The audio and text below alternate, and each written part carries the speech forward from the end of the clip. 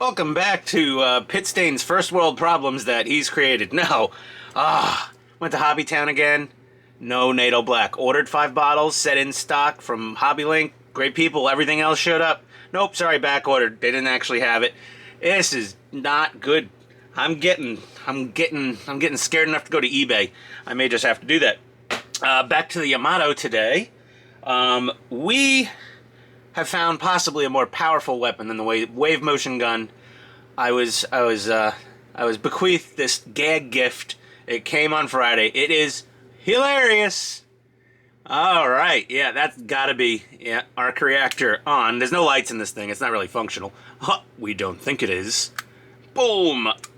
Yeah, I might play, a little project on this, like lighting it up or something. Yeah, we got our space laser. How awesome is that? It's from Concord Aerospace out of the great state of Florida. This is batshit crazy awesome. They have a lot of other fun switches. I don't know. You might want to go check them out. ConcordAerospace.com. There we are. No plug. I mean, these cost money and they weren't sent for free. That aside, I was bar mitzvahed. I can own this device. I'm legally allowed. We're gonna get back to this big beautiful beast of a spaceship. Space Battleship. Sorry. Whoa. Apologies. We got a lot done last time. Now there's a lot of little details we got to put on. Some of those I did before I painted the lower hull, so we don't have to do those things. Looks like we're building the whatever the thing down here, the second bridge, the lifeboat. I don't know its technical designation. They didn't. I don't think it was mentioned in either the 2199 or the 2202 reboot series. But yeah, whatever the thing is, the executive yacht, whatever it is, we're gonna get that built and painted, and just putting on little bits and pieces. We got little wingies to paint and other things. We got just bits and pieces and primer. I gotta very, very carefully highlight them, lowlight them with the NATO Black, and then we can paint them. So that's all looking good. We got the cannons already built. We don't have to build those. We just got to get them painted up. A lot of little detail bits, really. It's just lots of little detail bits. Little anti-aircraft guns and the antennas and all the little wingies and yeah, easy. I mean, not a lot of action in this video. Sorry, but you will get to see. Not today because I got started really late. The completed model pretty soon. All right, we'll be right back. All right, well, here we have our little executive underbelly yacht, or whatever the hell I want to call it, and I think it's time for celebration, officially. This is our last clear part on the A sprue. This is our last A sprue part. Oh, that's so nice.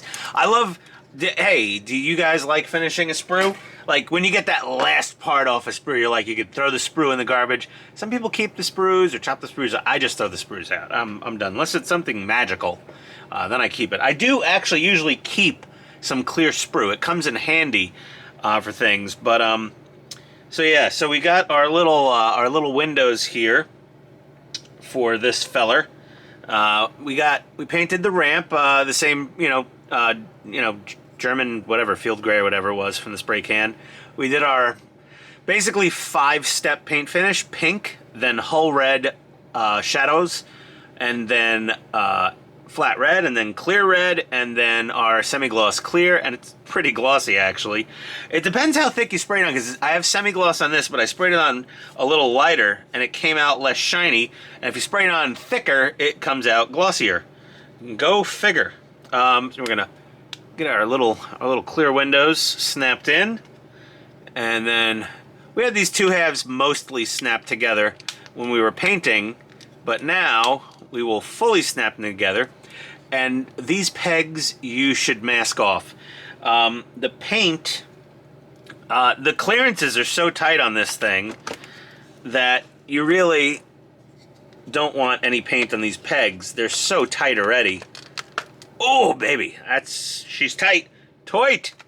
Okay, let's set her down. We've got our little remaining belly fin. This I may put glue on. Let's see. And by the way, all these little pointy things, they will pierce your skin. Ask me how I know. let's see here. How? I opened the damn wing bay hatches. Oh, that's a toit fit. That's toit. There she goes. A lot of little thingamajiggers. A lot of little doohickeys and little fins. I like them. I like them a lot. I'm trying to find something. Where the heck is it? No, those are for the barrel. I don't know. I guess we're just going to use our skizzers in this little slot. There we go. Pull that shut for the wings. Those pop open all the damn time. Probably pop the other side open. We got a few of the anti-aircraft guns in. Okay, we can plug her in so you can see them swinging back and forth. Let's zoom in a bit. There we go.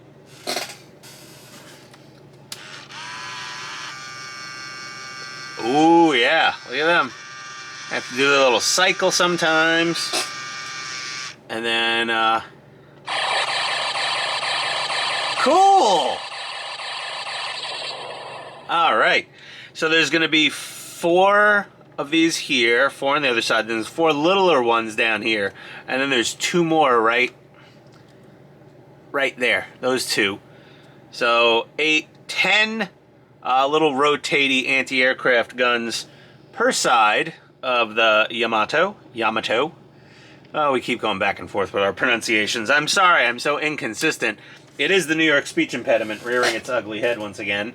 We got the top of our little smokestack doohickey painted all up red. I try to do the red thing in like batches of parts because it's such a pain in the ass process. You know, you got to load up the pink in the airbrush, then clean the airbrush, then load up the whole red brown basically in the airbrush, and then do your thing, clean the airbrush, and load up your regular red in the airbrush, and then do your thing, clean the airbrush, and load up your clear red in the airbrush, and then clean. By the time I was doing the clear red, the airbrush was so clogged up from my quick field cleanings. It's like a field strip of a Glock. You know, you're not really ripping it apart and cleaning every nook and cranny. You're doing a good overall job of cleaning it, but sometimes you just need to throw that sucker in the ultrasonic parts washer, and that's what we did earlier. I have it turned off right now because it's noisy as hell. But yeah, so I got the little smokestacky thing going, and we're going to take it from here.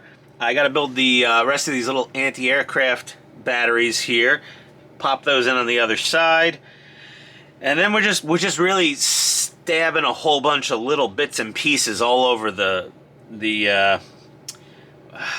not the control tower, the island. No, it's the bridge. Sorry, the bridge. It's an island on an aircraft carrier. It's a bridge on a regular other type of ship. But yeah, that's where we are. So a little bit of that. The mother-in-law and her husband came over, and we had a little we were hanging out. Everything burns time today. It's like I was gonna go to Hobbytown and come home. Okay, Hobbytown, pick up the Gundam kits I had on hold. A little bit of paint maybe. Obviously not XF69 NATO Black. Half an hour drive there, half an hour in the store, half an hour home, hour and a half. Nope. Wife wanted to come along. One good thing about being married is you can use the HOV lane when you're going somewhere together. So that's a nice thing. But, drive to DSW, drop her off there. Go to Hobbytown, half an hour. Go back to DSW. She's got to be done. Nope. Another half an hour in DSW. Ow! That thing almost stabbed me in the finger. I told you, they're dangerous. And then after, I'm hungry. And then 15 minutes to get to this restaurant, half an hour at the restaurant, 15 minutes back to where you started, and then another half an hour back home, and boom, half my day was gone. On the way home, she's like, why don't you stop at CVS and pick up that prescription? No more stops. Put your foot down. Got down here, and then it's just, oh God, and the in-laws. I mean, it's not that I don't like them, it's just, I usually have a whole day. This weekend, first world problems again. I literally had an accumulated, 2.5 hours down here total today, which sucked. But either way, I'll get as much as I can today.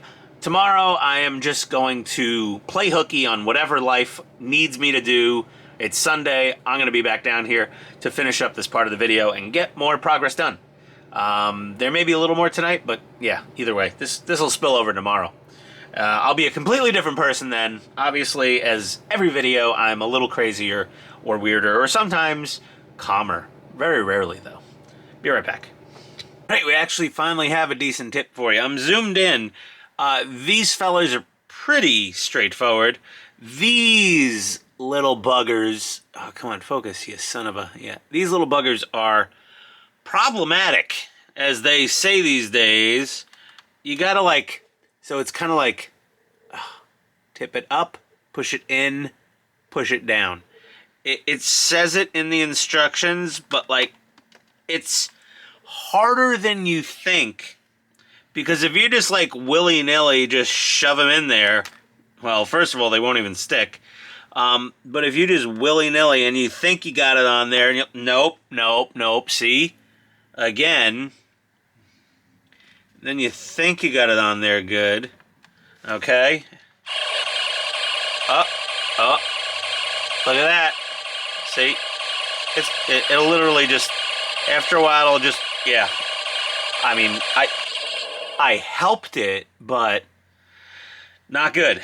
So the trick is to, and first of all, try to stop these things when they're pointing straight out. It's much easier, is to tip it up at the back, push in, and then it kind of clicks into place. And there you go. They don't fall off.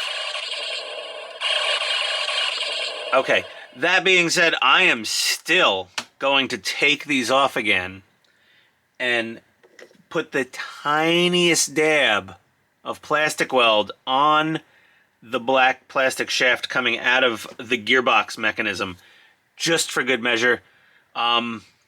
Very, very precise, tiny dab right in the top of that post.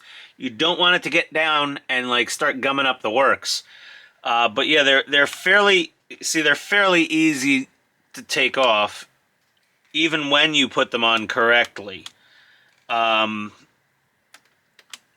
This thing was designed without paint. Bandai, when they came up with their tolerances, when they built everything, they're like, it's perfect. And then maybe somebody at Bandai said, well, what if somebody paints it? And somebody else at Bandai probably said, well, if they don't use too much paint, it'll probably be fine. Probably. Yeah, they're painting this thing, I felt was necessary and makes it look a hell of a lot more accurate. But it's introduced a few challenges with the tolerances. Other channels don't seem to go over that issue. They're just like, hey, look at the awesome thing I built. It's No, they fought with tolerances as well, because they're so tight on this model. Any amount of paint can potentially be too much paint. So yeah, there you go. Be careful with how much paint you throw on this sucker. Nice thin coats, okay? Just enough, not too much. Be right back.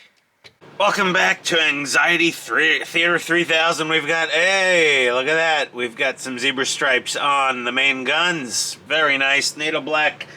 Oh, so rare these days. The NATO black. Oh, it's my last one. Oh, when I'm done tonight, straight to eBay. I am getting hell or high water. I will find more NATO black, because I cannot be out of NATO black. It's an unacceptable life position. I may have burped. I can play it off as a hiccup. I haven't farted on camera yet. So there you go, Germany guy. I haven't farted.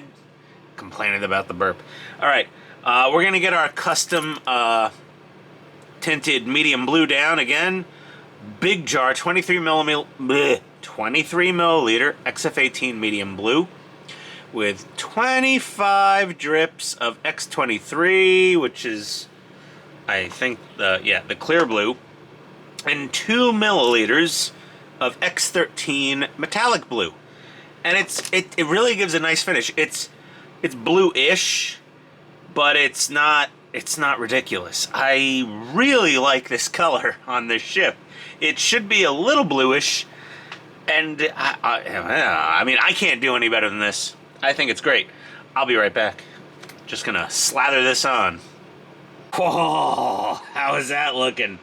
We're still putting pieces in. We got a lot more pieces to go, but I just wanted to put the turrets in, all painted up and cleared, and a little yeah. Woo! Hello, Dolly. Look at that. Okay, this thing is seriously badass. Definitive. I have to say yes if you're a modeler. No if you're not a modeler. If you're not a modeler and you're an assembler, that's fine too. I do things where it's mostly assembly also, and not a lot of real modeling skills involved. But the D'Agostini 1350, oh crap, way more expensive than this. Even at its inflated eBay price, inflation adjusted, the D'Agostini's considerably more money. And it looks really good. I think it's an awesome thing. It has a lot more lights. The sound effects, I actually think they're a little more anime accurate in a lot of ways. It's a little less, you know, you can't paint it. I mean, you can paint it, but, you know, it's pre-painted. So, the standard's not quite the same, but I'll take this any day, personally. I would also take a D'Agostini any day and put it right next to this and be like, well, that's the D'Agostini. I didn't paint it. I just snapped it together and screwed it together, and that's that. And then here is the Bandai that I painted and built myself and da-da-da. And, you know, leave it up to the eye of the beholder which one they like better. But, oh, man, this thing is amazing. Amazing. Again, tolerant. Hello, blue fingers. Tolerances like these little wingy guys on the main engine. I had to sand off all the paint at a point where it went in here because it was so tight. Because this has paint, that has paint, clear coat, all that, primer, everything. It builds up microns. This thing is pissed off about microns. That's how precise this kit is engineered. It's beautiful. It's lovely. Take your time, build it right, blah, blah, blah. Oh, God, so nice. All right, enough ranting. We'll be back. Whoo, boy. We have got a lot done on the Yamato. It's almost finished, everyone. I've just been gluing little guns on just for hours here. They're a little fiddly. Again, the tolerance is so tight with any paint on this thing. You're struggling. So I gotta shove this last wing. This is the last little wingy thing right in there. And they tell you to put it on after these two, but I think it might actually be easier if you did it before. But there's 3 little slots, and they've got paint in them, and this has paint on it. Oh, there we go. I'm zoomed in, so the focus is a little slow on the uptake. So really, just get yourself your plastic welding glue of choice. To me, extra thin, this plastic weld stuff, and just baste a little on those pegs. So what this does, this stuff is basically airbrush cleaner. There's not a lot of difference. But if you get a little bit of glue on there, it melts the paint a bit, and it also acts, that's easier than before. Yeah, see, we knocked this little guy off just trying to get it on there. But yeah, it's in. The parts slide in a bit more as they were intended to, with a little bit of that plastic weld. And let's get this little guy back into place. Come on. Go to your home. There we go. Okay. All right. So that's back in, and then woo, we've got the smokestack missile launcher. Paint again makes this thing. Oh, it worked before. Forget it. I give up. It makes things hard to operate. This thing does not want to. Yeah. It's whatever. What's the worst that could happen there? We just don't use it. I mean, honestly, this thing's gonna sit on a shelf. Rarely are you gonna take it out for playtime. But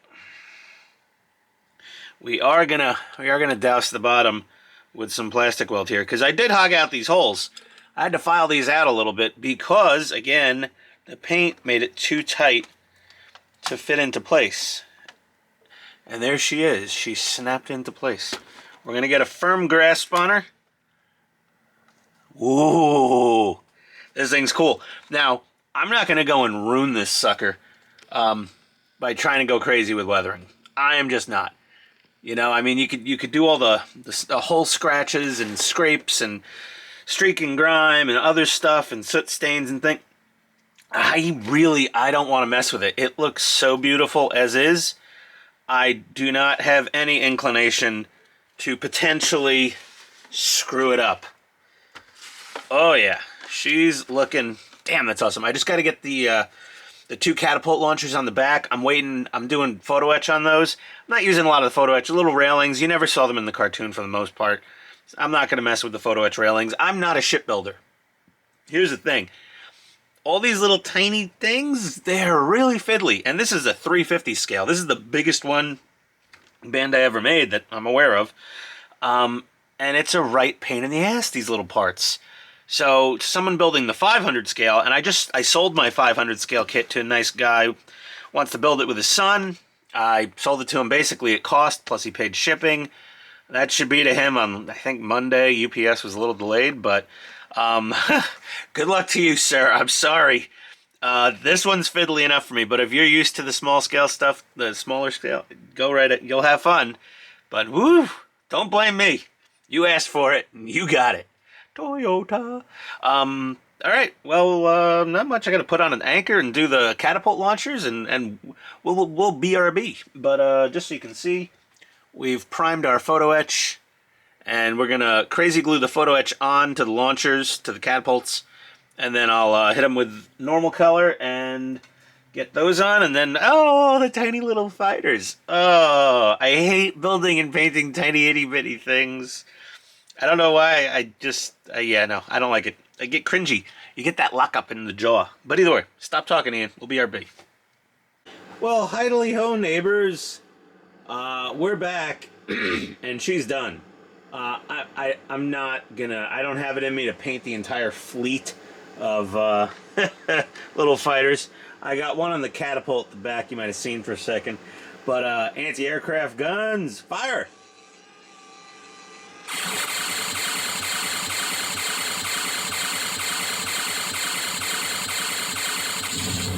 So the reason for the delay between the movement and the sound is because I have this hooked up to a Sonos Play 5, and there's a bit of a delay because Sonos. If I hook them up to standard computer speakers, like dumb speakers, the sound is perfectly in line with the things. But as it is right now, because it's a delay in the Sonos speaker over there, there will be a delay in the sound effects kicking in with the light effects. Just keep that in mind. If I had a pair of just dummy powered speakers, okay, then it would be all perfectly timed. It took me a minute to figure that out, but we figured it out. So, without further ado, let's light this sucker up. Hey, let's turn off the lights. Oh, there we go. She's looking nice. Let's see what happens when we do this. Okay. Yeah. That's pretty. This thing can't focus for diddly in the complete blackness of night. Let's get a little bit of light on her. Okay. And then let's turn her around. Uh-oh. Houston, we have a miscalculation with our zoom. Let's see here. Oh, okay, forget it. We're just lifting the rear end up so you can see her. Let's give those engines a start. Again, delayed audio.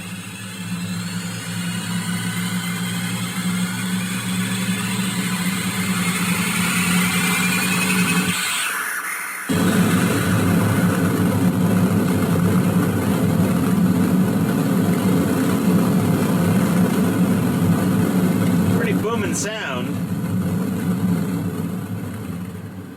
See how the sound ended a little bit after the light turned off? There you go. That's the Sonos effect. And then we're going to my power cord. What? Okay, hold on. There we go. Okie dokie. Say hello to my little friend.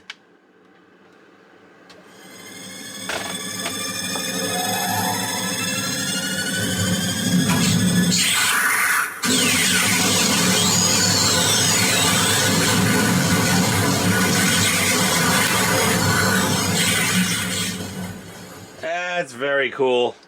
Very cool. Extremely cool. I love this thing. Oh, yeah. The definitive... hold on. Come on. Back out of here. Zoom out a little bit. So it's really... it's really a tie between...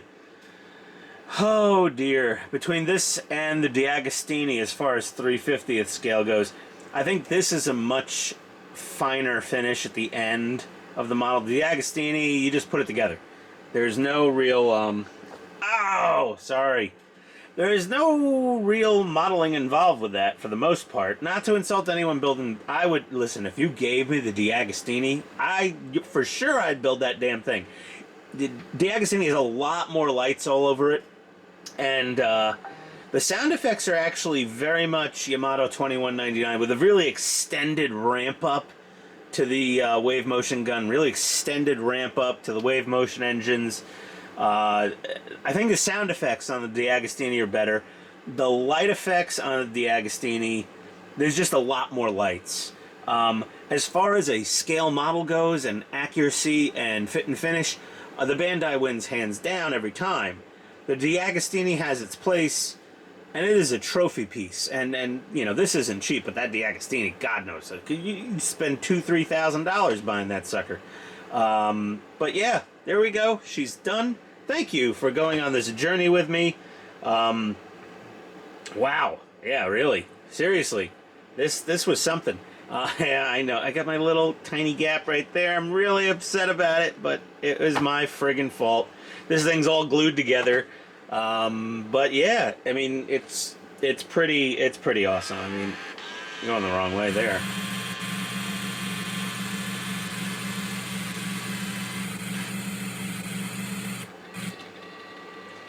Those...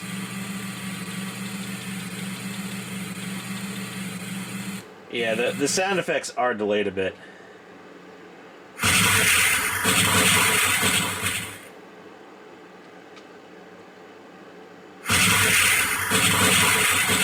Yeah, I'm going to order a set of bookshelf speakers for this thing just so I have something a little...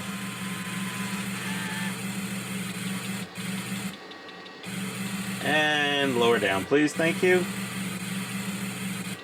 There we go. Okay, alright. Ugh, God. Okay. And we're off. Okay, so this will be going to the office. I don't have any... I'd love to display this in my home upstairs, but the wife just loaded up the house with the Halloween decorations. We got pumpkins and ghosts and scarecrows coming out of our flippin' ears upstairs, as is proper for a suburban, housewife in her 30s to do. It is what is required of her by American law, apparently. There we are. There we have it. Next build coming up. Oh, we're going back to the future. Yes, we are. We're finally building DeLorean Time Machine 1/8 scale from D'Agostini / Eagle Moss / D'Agostini. Eagle Moss, rest in hell, you bastards. But yeah, someone's going to come rescue the rest of the builders. And that's that. Bye-bye! See you next time on Ian's Crazy House of Ridiculous Shenanigans and Painted Fingernails. Adios.